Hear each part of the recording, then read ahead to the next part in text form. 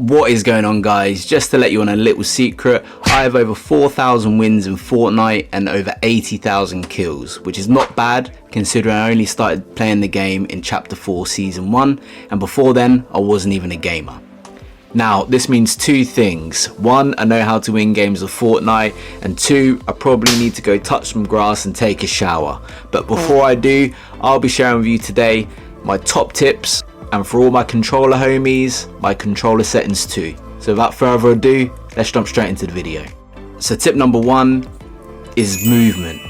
Mastering your movement in the game, utilizing jumps, slides, strafing, everything like that, and also using mobility to its full effect. Now when I first started playing Fortnite, I literally used to watch so much content. To be honest, I still do, because it's still something that I'm trying to improve upon each day. Watch people like Toby1 Shinobi's really good. He's really good at breaking down movements and stuff like that. To be honest, I was going to try do it in this video, break down movements and do that, but I didn't want the video to be that long. So yeah, do your research, look up Toby1 Shinobi, watch people like Prospering, Zemi, all people like that. Really good movement, and just try to emulate what they do and find what works for you. Movement is definitely one of the most important things in Zero Build, because obviously when you get shot or if you're in a fight, you can't just build a 5-star hotel like these build players do, but that's a different story for a different video. And if you're on controller, something I would definitely recommend is getting a controller with like the paddles on the back. I use the DualSense Edge controller, and yeah, it's definitely helped me improve my game because I can jump around and aim at the same time, which is a bit of a game changer. And since I got it, my game definitely has improved. And just a note on that as well, I also use Control Freaks on my right stick. I go for the mid-rise one, which is again really helped my aim. I don't know if it's placebo, but it definitely helps me make those micro adjustments which make all the difference. Okay guys, I said it once and I'll say it again, I'm surprised at how many people don't know how to use shockwaves or don't actually use shockwaves in the game. Guys, I am on the road to 100 subscribers. If you could do your boy a favour and smash the subscribe button, it would mean the world. But anyway, back to the video. So all a shockwave is a ball of energy that you throw and it will explode when you throw it, and it will send you in that direction. So for example, this. Now there's many ways that you can use shockwaves. So you can use it, basically the easiest way, don't want to teach you how to suck eggs or anything, but the easiest way to use them, if you chuck it down, run over it, and it will send you in that direction. Now what I like to do, and it's incorporated in my loadout, especially this season, is the Flowberry Fizz. So if you pop Flowberry Fizz, I know they're Flowberries here, but it gives you the same effect. It will send you like significantly further, getting the most out of each shockwave, which is really useful, especially if you're low on them or you can't find any more. Same with the hammer. Again, if you pop a Flowberry or Flowberry Fizz, when you do the hammer, it sends you like, I'm pretty sure 2 or 3 times as far. About 120 meters it sends you. So really useful, and something that's definitely in my loadout. If you watch my other video, the best loadout video, I'll go in a bit more detail there as to what I use. So there's a few other ways that you can use it. So say if like an enemy is behind cover, you can throw one down, send it through, and then obviously like shoot them if they were there. And again, say if someone's like above you kind of thing, jump up and then you can like shoot down at them. I don't have a shotgun, but it's a good shotgun play. As well, if you want to go further, say if you don't have any Flowberry Fizz, if you want to go further, if you sprint and jump, it will send you further anyway as well.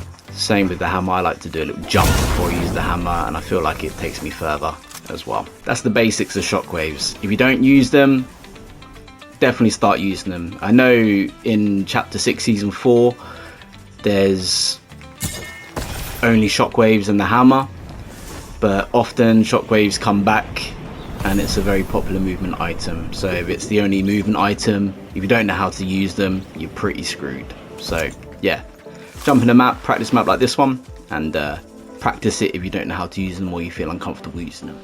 So moving on to tip number 2, I'd say is upgrade your aim. So there's many ways that you can obviously practice your aim. I would recommend going into a practice map, again like this one, and you can practice shooting moving targets. There's a woman here that you can just keep shooting over and over again. And there's also a bit over here as well that'll allow you to practice the close flicks.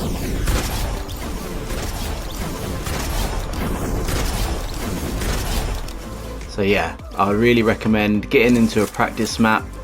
Obviously, if you just want to practice your aim in the game and you die, you have to wait to load into a game and go over and over again. But I find this map really useful. Again, you can just like practice, you know, you tap firing, stuff like that. It's also a really good warm up as well before you actually hop into playing, so you're nice and warm and ready to get those kills and get those dubs. Tip number 3 is positioning, using cover, utilizing right hand peeks and playing your overshield. Of course, Zero Build is all about positioning. Try to move from cover to cover and use natural objects like walls, rocks, hills to your advantage. Now with Fortnite being a third person shooter game, the reticle is slightly to the right, so utilizing right hand peeks is a bit of a game changer if you're not actually doing it at the moment.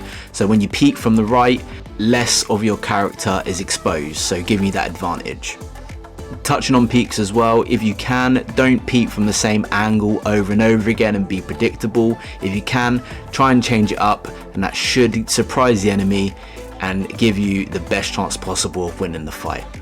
And what I mean by playing your overshield, obviously each player gets 50 overshield. If that breaks, try not to take any more damage in the meantime. Let the overshield regenerate, that way nothing's lost and you're not wasting any of your heals. Now moving on to tip number 4, and that is your loadout. Now I won't waste too much time on this because I have already done a video on it which I'll put on screen now. But yeah, the loadout dictates the way you're going to play the game. Me, I like to play with 2 guns, a shotgun and an AR, 2 movement items and a healing item. But I've really been loving the Flowberry Fizz, so the Flowberry Fizz is always the 5th item for me. Now if you don't like 2 movement items, then you could also go for like the RPG, the Swarm Strike, or a sniper if you're a snipey type of player, or even a cover item like bunkers, which could come in really useful. You know, towards the end game, sometimes I might drop the second movement item for some bunkers if I happen to find them. But like I said a moment ago, I won't waste too much time going over this. If you are interested in my best loadout this season, I'd recommend you go watch the video after this one. Now moving on to tip number 5, I don't know if it's really a tip to be honest, but it is my controller settings, so let's jump into them. So guys, here are my controller settings. Before we jump into it, I would recommend turning visual audio on. If you haven't got that on, you're at a significant disadvantage. That basically kind of shows you where the footsteps are, you know, those little things that you see on screen, the little icons, that's what that is. Turn that on, you'll find it in here somewhere. But yeah, here are my settings anyway. So I play on linear, and then down to my like sensitivity. Here we go. I'll kind of go through them slowly for you. So yeah, my look horizontal speed is 36. The look vertical speed is also 36. My ADS horizontal speed is 11. Same with the vertical, 11. Got a bit of a scope multiplier on there as well, and like I say, I play on linear. Obviously aim assist is going to be at 100% for both. On my dead zones I have 8 and 8. Now obviously your sensitivity is really important, so you can keep up with the players, but you don't want to make it too quick at the same time, because then you will miss shots quite frequently if they're too quick. But yeah, so there are my settings that I use. Everything else is pretty basic, everything is bound pretty basic to the things, but the look sensitivity, this is the sensitivity that I play on. Obviously for you, this is probably a good starting point, then you can work up or down if you need to, which I'd recommend doing. Going into, again, practice map and testing it out and see how you feel. But again, I'll just go through it really quickly just so you can copy it if you so wish. And just touching on linear and expo, I believe linear is a bit more sensitive, so it might feel a bit quicker even if on lower sensitivities. Expo, I think it kind of starts off and speeds up as you turn around your character. So, but yeah, I've been playing on linear probably a few months after I started, and I've really liked it so far. So yeah, give it a go and see what works best for you. Now moving on to tip number 6 is your landing spots. Now me and my team, we have like 2 or 3 consistent landing spots that we always go to. 1, so we know where all the loot is, and 2, to get us started in the best way possible. One of the popular landing spots I've been landing at this season is the OXR HQ. This because there's lots of OXR chests there, and there's also shops where you can buy shockwaves and good loot if you can't find what you need to start off with. Now, if you're not the type of player who likes to get into the thick of it right at the start, you know, you could always land towards the edges of the map so you can kind of loot in peace and then get on with your game and build into it as you go. Some kind of good low-key spots that I've found this season are the bug infested areas. Again, there's a few OXR chests at these spots, as well as sometimes there's shops there as well. So on the map, they've got the little bug icon. If you land at those, again, it gives you a good opportunity to get some good loot to start off with, and again, start the game in the best way possible, but perhaps in a lesser busy location. But like I've said in a previous video, pick like 2 or 3 spots like, you know, like the back of your hand, and again, you know the rotations, you know where the loot is, and again, it gives you the best advantage possible to any other people landing there in that game. Now moving on to tip number 7, always seek high ground. Even without building, high ground gives you vision and easier shots. Use hills, roofs, cliffs, mountains, whatever you can find on height, try to take it as quickly as you can. Obviously don't stay out in the open exposed. If you've got any bunkers, pop them down and you're in for an easy ride. If you do find a team on height, I'd recommend doing your best to fight them for it and take it off them as quickly as you can, especially if that happens to be towards the end game. Now moving on to tip number 8, this is going to be around team game modes and building the ultimate loadout between yourself and your team. Now it goes without saying, communication in team game modes is absolutely key. Without it, you just don't have a chance. But onto my earlier point, what I mean by building the ultimate loadout.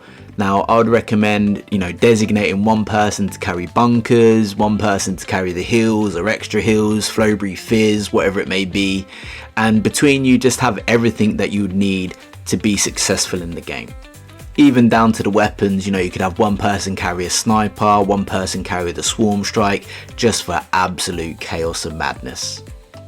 Now swiftly moving on to tip number 9, this is going to be get comfortable being uncomfortable. So get in uncomfortable situations as often as you can, because the more often you do it, the more comfortable they're going to become.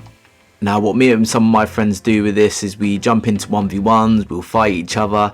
This is the best way, because if you die, you die. It doesn't mean anything. You don't need to load in and out of a game, and it's just good practice really all round for both of you. You can push each other without worrying about losing a whole game. What I'd also recommend for a more like realistic situation is maybe jump into some reload as well. I did play reload for quite a while, kind of a couple seasons ago, and it definitely made me a better player. The more fast-paced nature of it is definitely good for getting into fights, and also with reload you kind of respawn when you die as well, so again, less risk of loading in and out of games. There are also other creative maps where you can go to public games like the Pit Zero Build or Red versus Blue. Those types of maps are really good for this as well, because if you die, you just load straight back in. At the end of the day, if all you ever do in a game is shoot people from afar, that's all you're ever going to be good at.